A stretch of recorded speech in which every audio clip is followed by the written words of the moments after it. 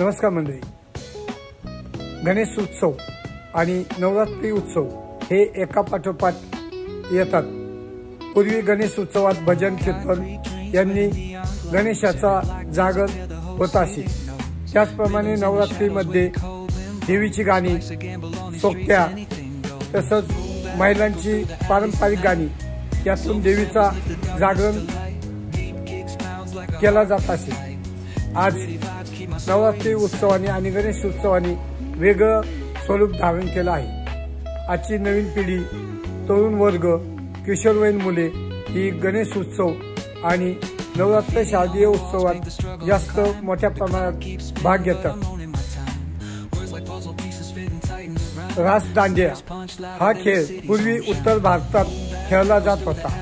आज हाच खेळ दक्षिण भारत तसंच महाराष्ट्रात मोठ्या प्रमाणात सगळीकडे खेळला जात आहे। या खेळामुळे आज नवरात्रीमध्ये जो शालांत परीक्षा आहे त्यावर मुलं कितपत लक्ष देतात हे तुम्ही पाहता।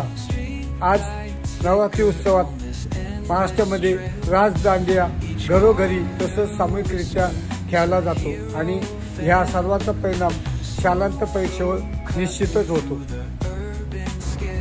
पूर्वी होणाऱ्या देवीच्या जागरणातील जी देवीची गाणी आहे त्याची एक झलक मी तुम्हाला यातून दाखवतो।